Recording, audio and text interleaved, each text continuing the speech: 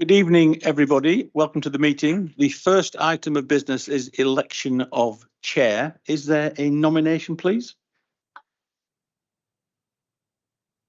And is that seconded? Yep. Are there any other nominations? Okay, thank you. Councillor Malvern, you're in the hot seat, so if you'd like to.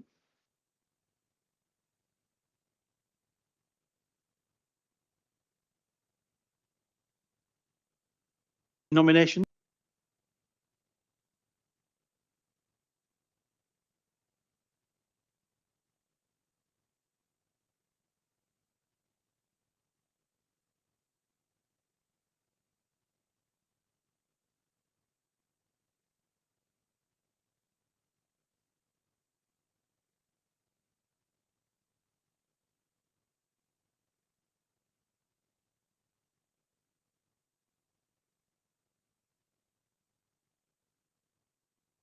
Well, thank you for that. And I think the next item on the agenda is the appointment of vice chair. So are there any nominations? Oh, no, sorry. I haven't mentally got back in the loop. When appointing a chair. A nomination for vice chair. Oh, right. So I'm always okay. Nominations for vice chair.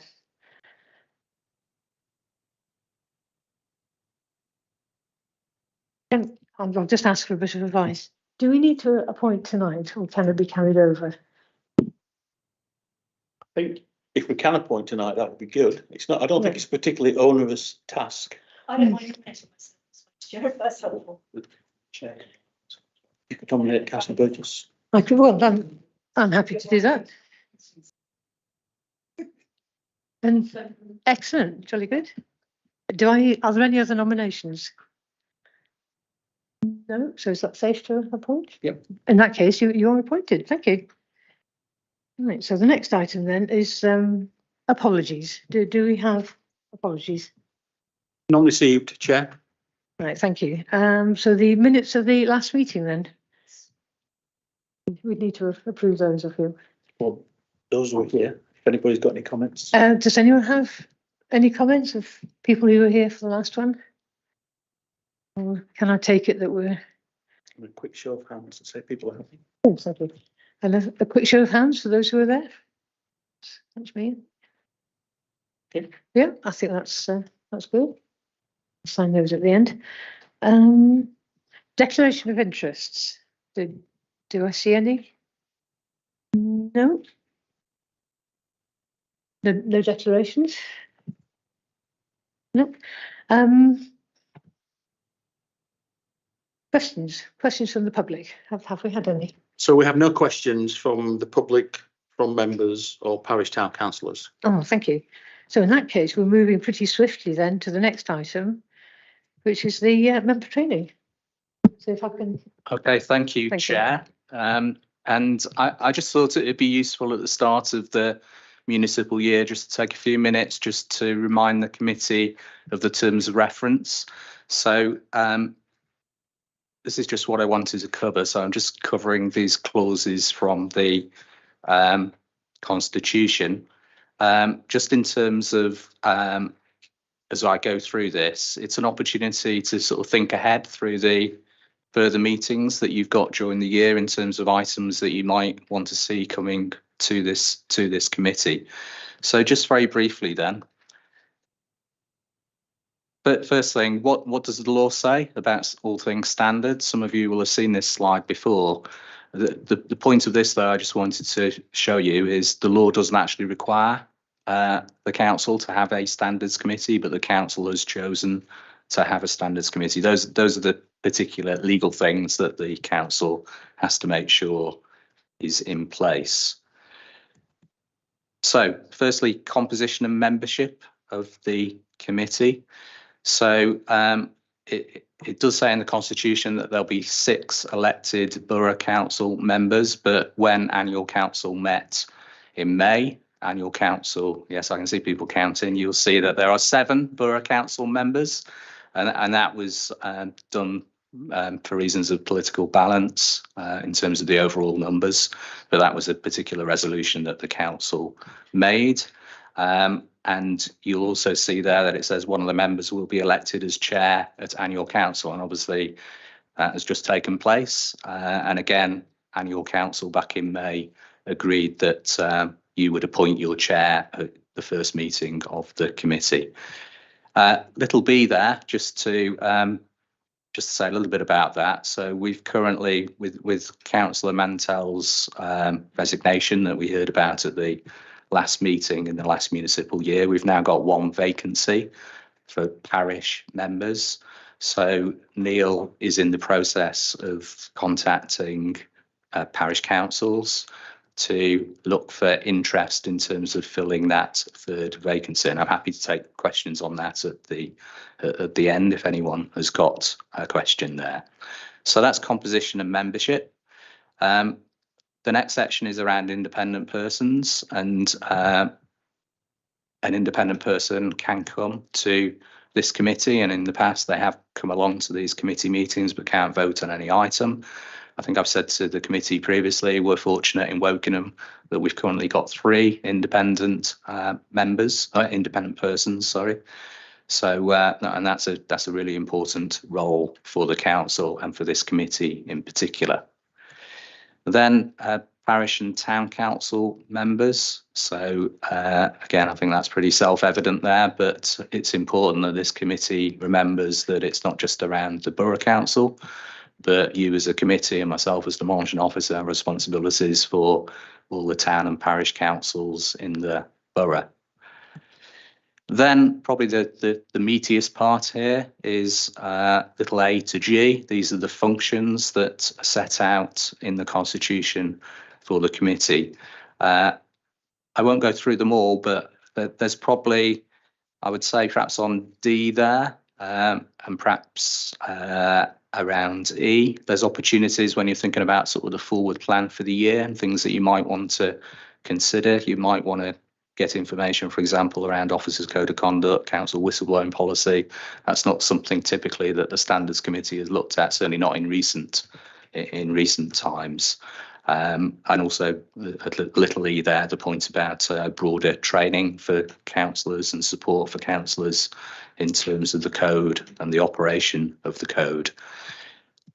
Just to finish up, so in the calendar, you've got 4 meetings scheduled each year. Obviously, you could bring in additional meetings if you chose to do so. As we've seen this evening, there's an opportunity for the public, for borough councillors and for town and parish councillors to ask questions of you as a committee. And the quorum for this committee is 3 borough members. And I should have said this at the beginning, but the gentleman on my left here, I think a lot of you have met him before, but Neil is the Deputy Monitoring Officer. So yeah, Neil's there in terms of providing capacity, and Neil's team as head of legal provides capacity, particularly where we've got investigations to conduct. So I'm going to stop there, Chair, but very happy to take any questions that the committee's got on anything that I've just talked about. Sounds good. Anybody have any questions? Yeah, Rachel. Thanks. Yeah, I mean, I was having a look at the function of it before I came because I'm new to the committee, and it struck me that the very first thing under the roles and functions is promoting high standards of conduct by councillors. And I just wondered, as a new member, you know, what does the committee do to actually promote high standards? Because it's not, I mean, maybe I'm not diligent in reading emails or something like that, but it's not something I've really particularly noticed that the committee takes a particular role in, and maybe that's something that it could do, or maybe I've just missed it. So I was just interested in, you know, what the committee does to actually promote the high standards. If I could, Chair, the one explicit thing that the committee does is it produces its annual report to full council. But I think it's a fair challenge in terms of what other things the committee might choose to do in terms of further promotion. Obviously, we're talking about limited resources, etc. But yeah, I think that there are opportunities to do further promotion. Is there any further questions? Yeah, Councillor Gurney. Could we just have the timeline on the recruitment of the new co-optee? I understand that you've been out for the parishes, but what's the overall timeline look like? So we've asked for responses by the end of this month. I've already had a couple of people interested. If we get one person, then if Andrew and Neil are happy, they can be appointed. If there's more than one person, we'll have an interview process. So hopefully by next month, we'll have a person identified. And they could then certainly come to the next meeting, but it has to go to council for approval. Thank you. There's one question I'd quite like to raise, which is about social media. We had a brief chat in the past about how the code of conduct might approach social media. I wondered if you might give us a quick update on progress or the current position. Okay, well, for the committee's benefit, so within the code, there is information around social media and the use of social media and things to take care of. I think perhaps sort of picking up Councillor Burgess's question, maybe this is the place to start in terms of a specific promotion reminder of the importance of taking care on social media. I think I've said to this committee previously that there's been a trend and a pattern over the last 2 or 3 years in particular, and perhaps no surprises as social media has grown during that period. But it is an area that typically, when you look at the type of complaints that we get, a substantial proportion of them nowadays are about what councillors have said on social media and how the public or the complainant has responded to that commentary. Thank you. Yeah, sure. And I was just going to say that was something I was going to suggest actually in terms of how we approach that promotion. You know, if we look back over the last 2 or 3 years and classify where the common councillor code of conduct complaints have been, that would be a good place to start by the sounds of it. And from looking at the report, it's social media is obviously a big one. So it seems sensible approach. Absolutely. Yeah, thank you. Councillor Gurney. Previous incarnations of this committee have proposed ongoing regular training for councillors, but in particular training for councillors on not just newly elected, but on re-election. Now, obviously, for some of us around this table, that's been quite recent. I don't know if that's happened at Borough, but I haven't seen anything at town or parish level for re-election. Can you update us on how that's progressing? Thank you. Yeah, in terms of induction training for new borough members, there's an extensive programme during May, and one of the first sessions that I do is around the code of conduct, things to watch out for. So that certainly takes place. What I would say, certainly from the borough perspective, with all out elections next May, there's an opportunity to, I think, bolster the training that we give for those new members once they're elected. I know we're talking about some time away yet, but we'll certainly, that's part of our plans for training. May I clarify, does that include for re-elected members? Because that was the gap that we identified previously.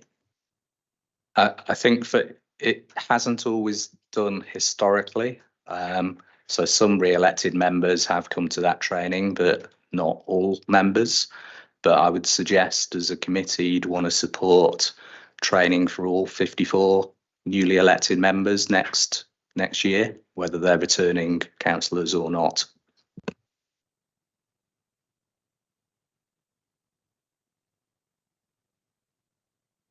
Great. I think it's a really good point about current councillors or re-elected councillors, because it's open to all, but a lot of elected councillors don't come to the training.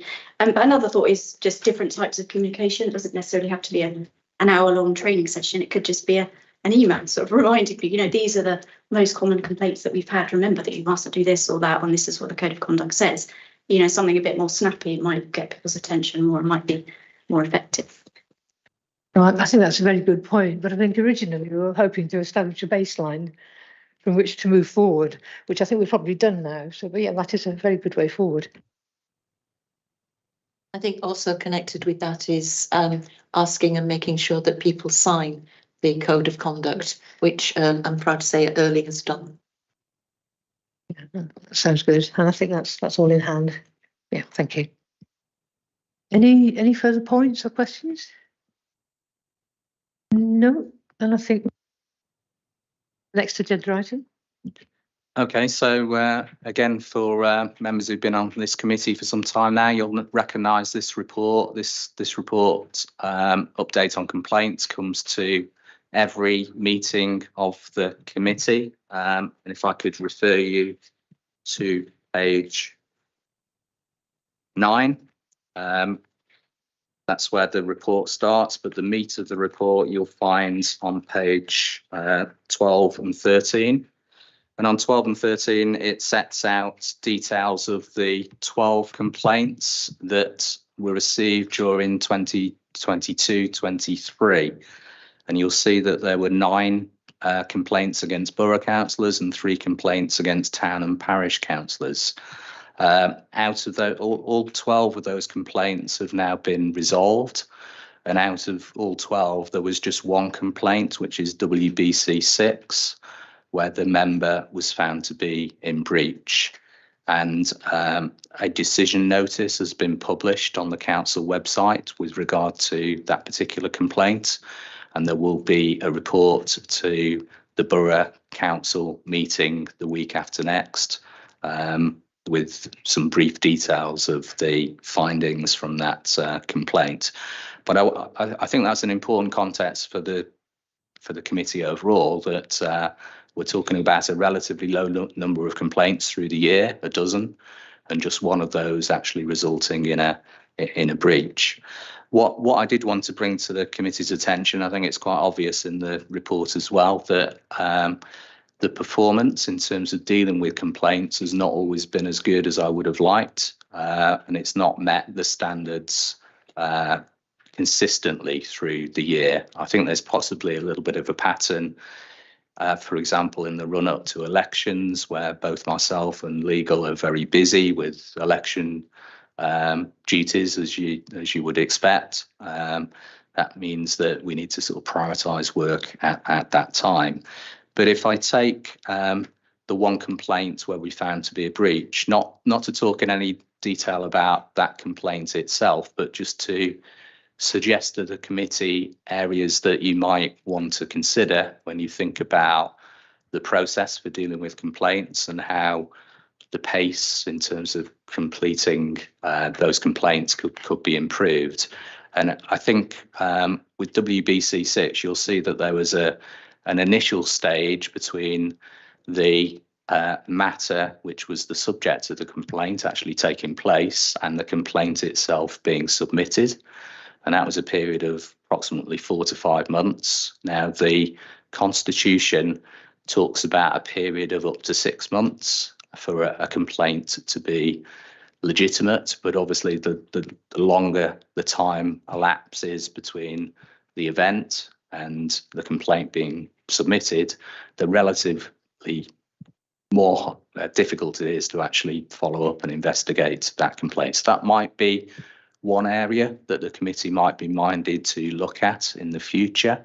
What I would say, though, is that the committee, within the last couple of years, got external advice about best practice in terms of dealing with complaints, and 6 months is pretty standard. So we didn't just make that up. That's not local to Wokingham. That's considered sort of best practice to have that period of up to 6 months. But that's the first point that I'd make.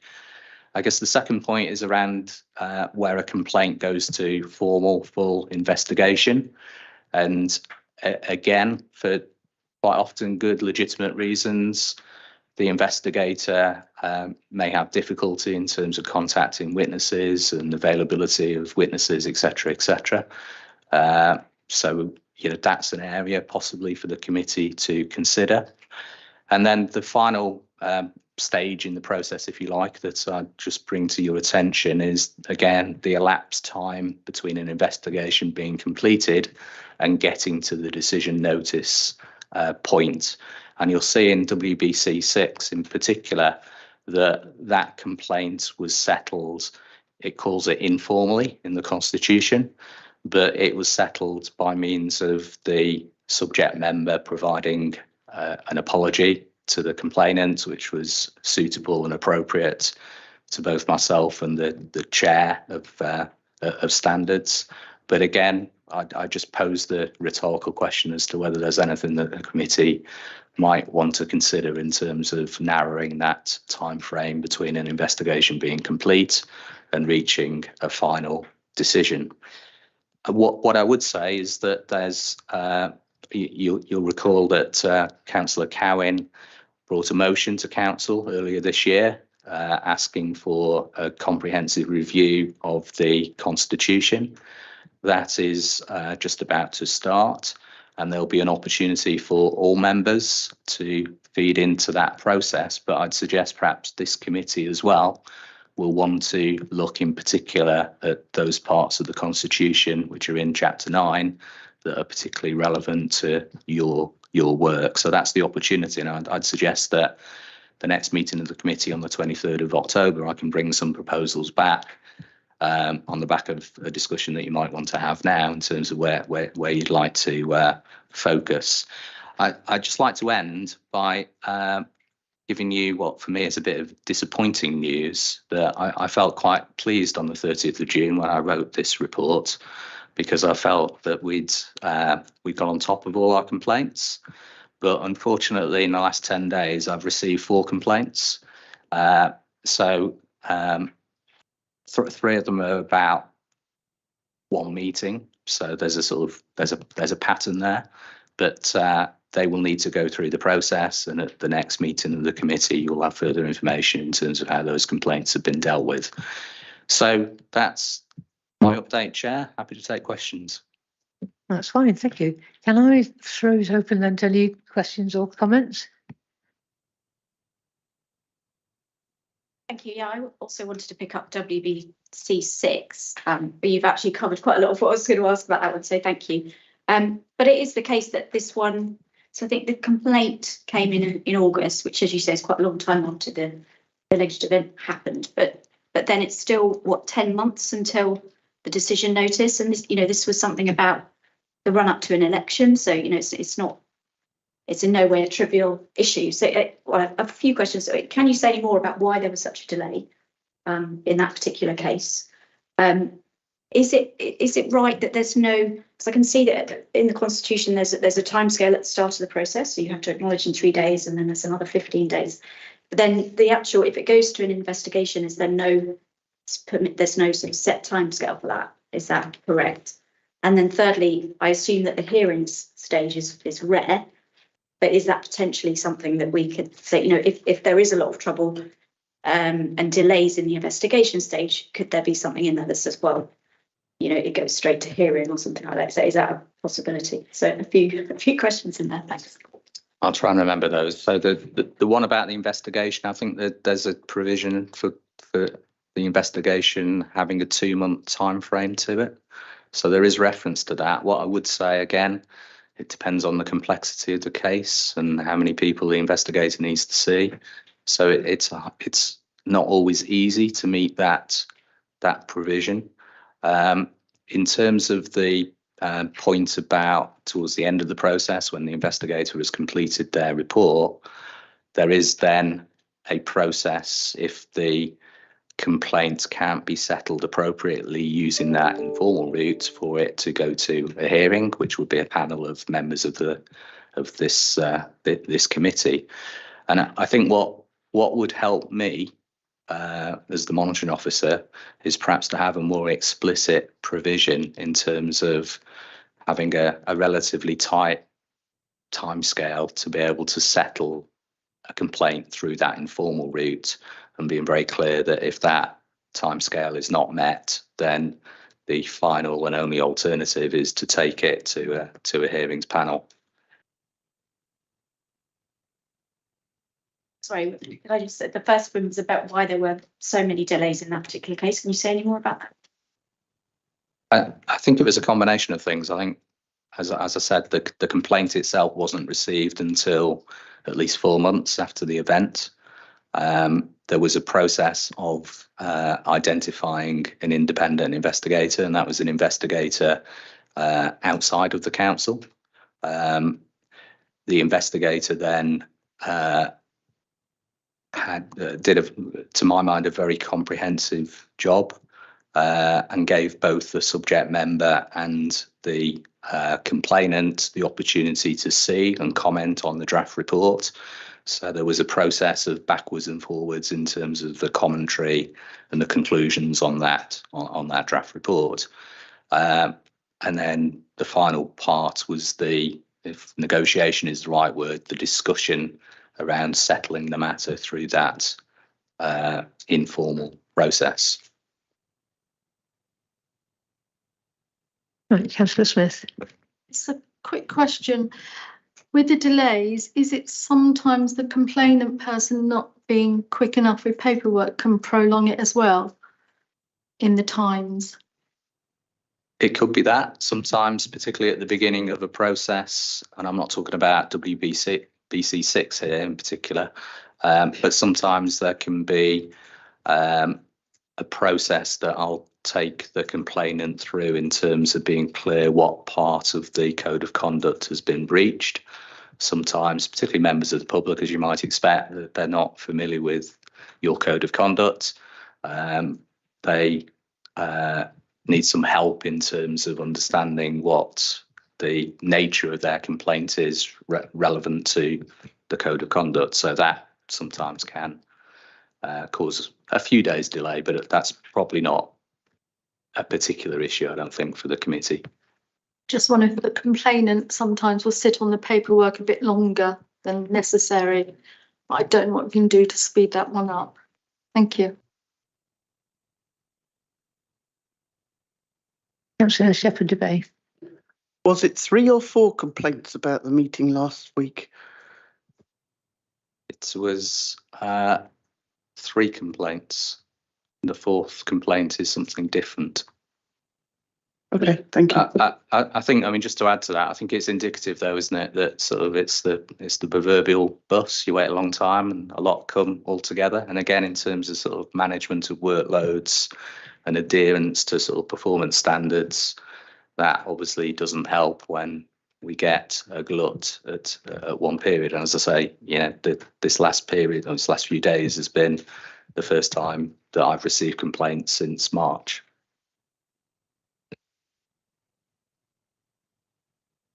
Anything else that people would like to raise? Well, specifically, I noted they consider any issues arising from the report. I think we were hoping to bring ideas to the next meeting.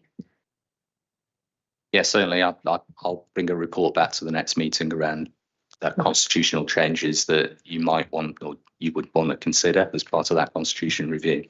Oh, that sounds fine. And just to be absolutely clear, if any members have any thoughts between now and good time before the next meeting, can they contact you? That's fine, thank you. Just so that it's clear that we can take part if we wish to. Lovely, thank you. Well, I think in the absence of any other business, which I don't have any, I think that could be one of our quickest meetings. So I could declare it closed and thank everybody for coming. Thank you.